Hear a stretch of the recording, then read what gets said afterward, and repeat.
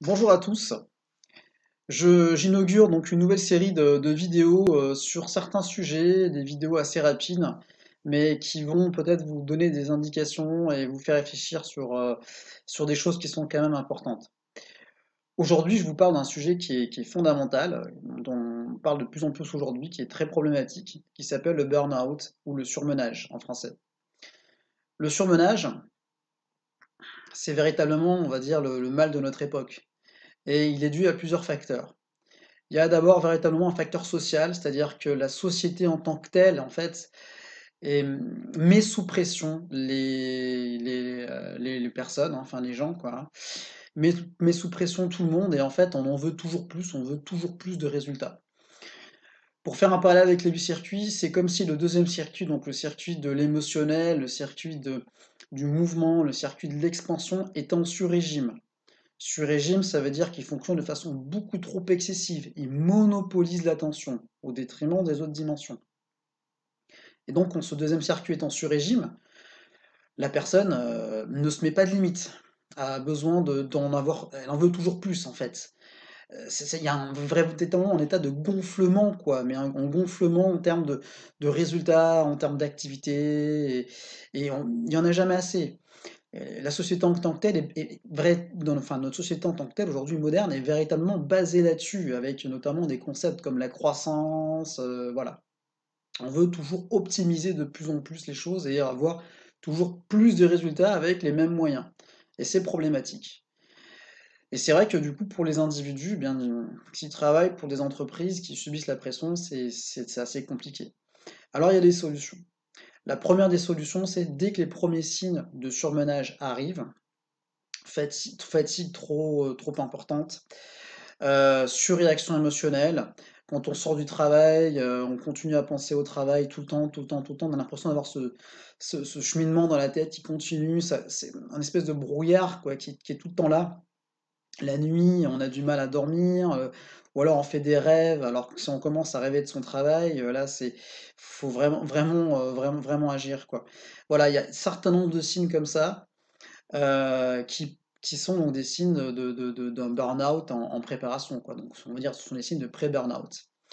Et là, il faut agir de suite. La première des choses à faire, c'est qu'il faut se reposer, il faut se préserver le plus possible. Alors effectivement, dans un contexte de travail d'entreprise, vous allez me dire c'est hyper compliqué, et oui, c'est vrai, eh bien il faut se préserver et organiser sinon son emploi du temps pour avoir des plages horaires dans sa journée où on peut se reposer, se détendre, faire de la relaxation, faire de la respiration, voilà, s'occuper de soi. Vraiment, ce côté cocooning, ce côté sécurisation, c'est hyper important. Et ça, ce dont je vous parle, en fait, c'est le premier circuit. C'est-à-dire qu'effectivement, en fait, il faut donc du coup pour éviter le suremballement de ce deuxième circuit, réactiver de façon positive le premier circuit, le circuit de base, et donc passer d'une suractivation du système sympathique à une activation du système parasympathique. Il faut boucler la boucle, hein. Et donc là, ça va être vraiment essentiel et puis de se reposer, et puis surtout aussi de diminuer son rythme, peu importe le secteur d'activité. Tout secteur d'activité confondu, on peut être sujet de surmenage. Tout le monde peut avoir le burn-out. Personne n'est invincible, on a tous nos limites et il faut les prendre en considération. Et dès qu'on sent les premiers signes, même avant en fait, un petit peu, hein, mais il faut penser à ça, il faut revenir à cet état de base, à cet état de repos, de détente, voilà, vraiment ce côté cocooning, c'est essentiel, essentiel. La respiration aussi, hein, il joue beaucoup. Et vous rajoutez à ça effectivement une activité physique régulière et si possible en plein air, au contact des éléments. Ben ça, c'est véritablement la base de la naturopathie, hein, c'est essentiel. Tous les naturopathes se battent, hein, entre guillemets, pour, euh, euh, pour que les personnes mettent en application ça. C'est des choses simples, mais c'est des choses qui marchent et qui ont toujours marché. Après, c'est les conditions. Est-ce que les conditions de vie actuelles de la personne permettent de favoriser ça? Et c'est là où c'est compliqué, effectivement. Quand on travaille dans des grandes villes, où il y a ce stress qui est là, voilà. Mais pour autant, il existe des solutions. Sachez qu'il existe des solutions, des choses qui peuvent véritablement vous aider. Mais le fond du problème, c'est quand même ça, c'est qu'il faut véritablement se préserver et revenir à cet état de base, de sécurité, de repos, quoi.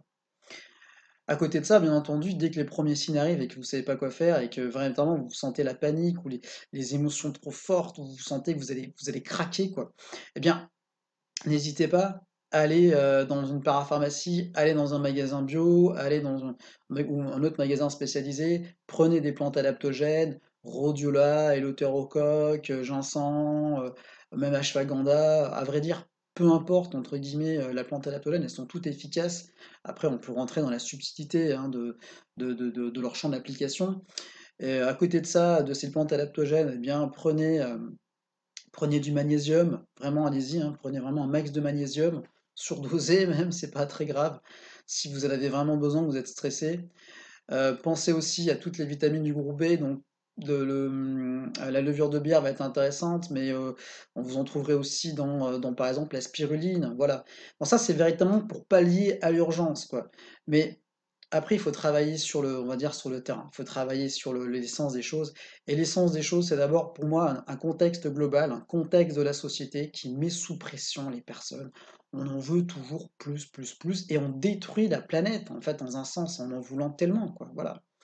Donc on a tout intérêt à se poser des questions, et si les conditions de vie dans lesquelles vous êtes actuellement ne vous conviennent pas, si véritablement vous vous sentez pas bien, eh bien il va falloir que vous changer. Il faut que vous réfléchissiez et que vous changez.